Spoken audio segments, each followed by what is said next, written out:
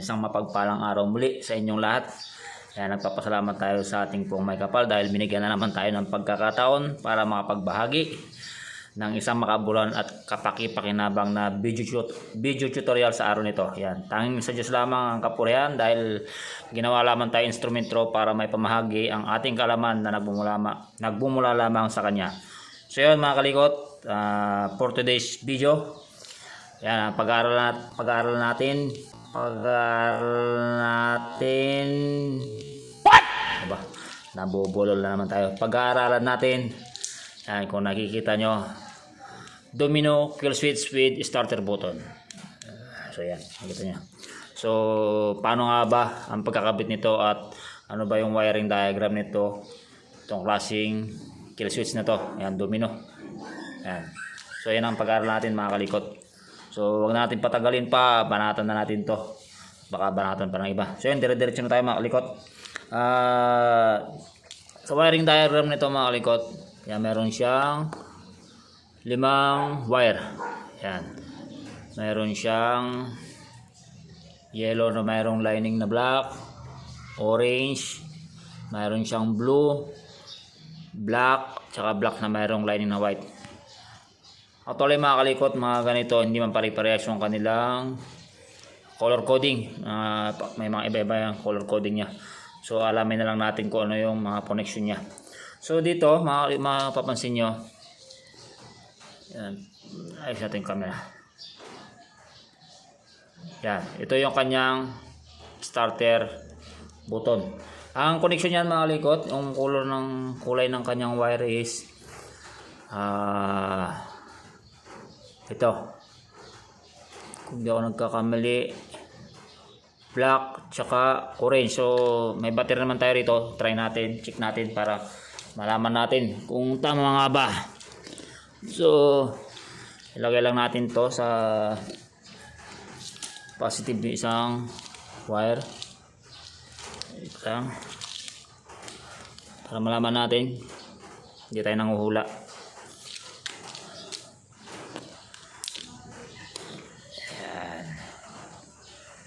Natin.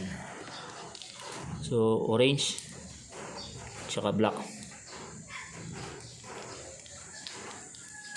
Black na mayroong lining white. So dapat iilaw to, itong ating test light kapag pinindot natin yung kanyang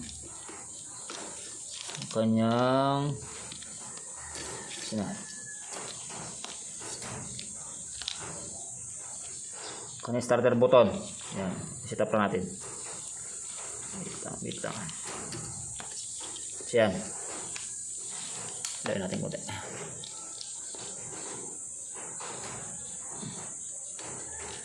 So yan, orange saka black na mayroong lining na white. Tignan natin, dapat iilaw ang ating test light pagka pinindot. Yun, tama nga ako. So yan, ang connection ng starter button natin is orange at saka black na mayroong lining na white. So okay na yan. Ganun lang kasimple pagka hindi nyo kabisado yung color coding mga kalikot. Gumamit kayo ng ganito, battery at saka test light. And itong tatlo, hanapin natin yung common. Yan, common nito, itong kill switch. Yan. Tatlo kasing wire nito mga kalikot, yung common tsaka yung normally open tsaka normally close. Yung pag naka pull down siya, naka down na ganyan, nakalubog, yung isang wire niya masusuplayan. Then pagka yung up niya, yung isang wire naman na masusuplayan. So kung di ako nagkakamali, ito yung blue, yung common niya. So try natin. Yan. Then pag down, ano yung masusuplayan niya dapat is black ba? Black. So ayan, pag nakaangat siya mga kalikot, yan, ang masusupply niya is color black. Yan, pag nakaangat tong yan. Ayan. So pagka naka-down siya, mamatay yan. Then masusupply naman niya is yung ito, color yellow na mayroon lining na black. Yan, pag naka-down siya. Tapos pag naka-up, yan, namamatay siya. So sa mga nagkakabit ng mga ganito mga kalikot, sa gumagawa ng mga kill switch nito, parang mali. Pero okay naman. Pero pinaka proper way sana ang pagkakabit nito mga likod, pagka magkakabit kayo ng kill switch. Kasi iba ginagawa nila yung wire ng pulser or pick up coil, ang ginagawa nila is kinakat nila yun, di ba? So kinakat nila yun, din pinagdadalawan nila yun, pinaghihiwalay nila yung wire ng pulser, and then ang ginagawa nila is itong blue, yan yung pinaka common, at saka itong isang wire niyan, pag duduktongin nila, parang puputulin lang nila yung connection ng pulser, ng wire ng pulser, pagdadalawin nila, para ito yung magsisilbing connection niya.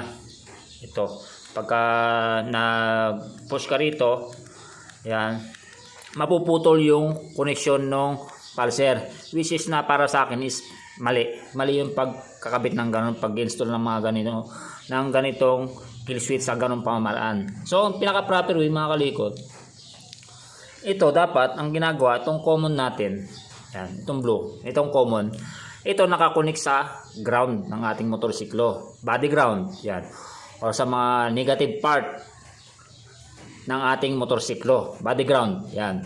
And then yung isa, yan, dahil dito may naka-indicate dito, yan, pag naka-down siya, naka-kill siya, nakapatay.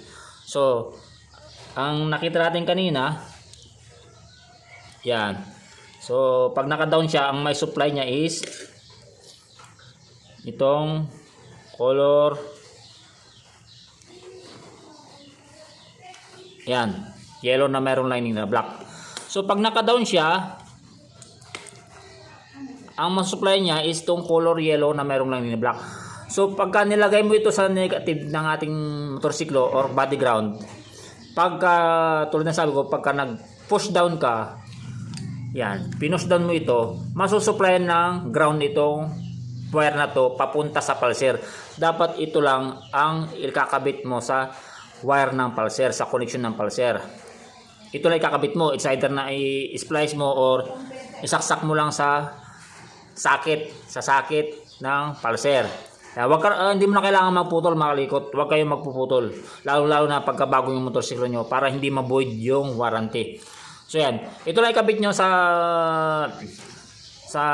body ground, negative, sa ini-negative part ng ating motorsiklo. Yan. Tapos ito, i-connect nyo sa pulser, sa wire ng pulser, itong yellow na mayroong lining na black. Dahil alam naman natin na ang pulser, once na napasukan ng ground dyan, mamamatay ang ating motorsiklo, hindi natin siya mapapandar. Kaya na magsisilbing kill switch niya. Huwag kayo magpuputol, na puputulin niyo yung connection ng pulser, pagdadalawahin nyo, tapos ito yung kukoneksyon nyo itong dalawa na to. So para sa akin mali yun mga kalikot. Hindi, mayroon din nagtatanong, so para saan yung connection nitong isa, di ba tatlo yung wire niyan. So tatanong sila, ano yung connection ng isa? Yung isang naiwan, itong yan, itong black. Yan. So maliwanag na rin natin mga kalikot. Itong black na to, yan. Dahil nasabi ko na, di ba? Itong blue na to, nakakonect dapat sa ground, body ground ng ating motorsiklo. Itong isa, itong black natin, pag nakaangat yan, ito yung nasusupply niya, nasusupply ng ground. Pwede mo siyang ikabit sa negative wire ng ating relay, starter relay mga kalikot. Para once na pumiga ka ng ganyan, yan, naka-down, ibig sabihin walang supply ng ground yung starter relay mo, hindi mo siya mapapa-start or hindi magre-redundo. Di ba may mga motor na pagka naka-kill switch, nakapiga ang kill switch, kahit redundo, hindi mo siya maririnig dahil walang supply ng ground yung kanyang starter relay. Naintindihan? Meron naman yung nakapiga yung kill switch, pag in-start mo, nag-start kang ganyan, magre-redundo yung motor mo, pero hindi siya aandar dahil nasusuplayan ng ground yung kanyang pulser. So yan, maliwanag mga kalikot. pwede mo siyang gamitin tong block na to. Yan. Pwede mo rin hindi gamitin. Ito lang gamitin mo. Pero wag kang mapuputol mga kalikot. Wag kang mapuputol sa wire ng pulser or sa connection ng pulser. Ang gagawin mo lang is i-connect mo ito sa ground. Yan, pati ground ng iyong motorsiklo. And then ito, pwede mo siya idikit sa wire ng pulser or isuksok mo lang sa sakit ng pulser ng iyong motorsiklo. So yun ang pinaka proper way ng pagkakabit ng kill switch ng mga ganitong klase ng switch, domino kill switch. Kahit ano naman switch kahit yung mga on off switch yan, wag kang magpuputol ng wire ng pulser. Yung isang paa i-connect mo lang sa ground, tapos yung isang paa ilagay mo lang sa wire ng pulser mo, automatic yun, hindi na-andar yung motorsiklo mo. So yun, ganun lang kasimple mga kalikot yung wiring diagram ng ganitong domino kill switch with starter button. So sana may naintindihan kayo kung meron man yan. Kung medyo naguluhan kayo mga kalikot sa ating paliwanag, yan, comment na kayo sa ating comment box, yan, at baka sakaling masagot natin ng abot ng ating makakaya. So yun muli mga kalikot, maraming salamat sa patuloy na pagsuporta sa aking munting channel, yan, Kalikotero Mekaniko. Shout out sa mga lahat nagpapa-shoutout, hindi ko kayo maisa-isa dahil napakarami nyo na. So yan, maraming salamat na lang sa inyo. So yung dito sa mga supporters ko ng Barangay Santa Juliana, Capas, Tarlac, maraming salamat sa inyong pagtangkilik. Yung mga gustong kumuha ng free sticker, punta lang kayo dito sa aming shop at bibigyan ko kayo. Muli, maraming salamat. More power. God bless po sa inyo lahat.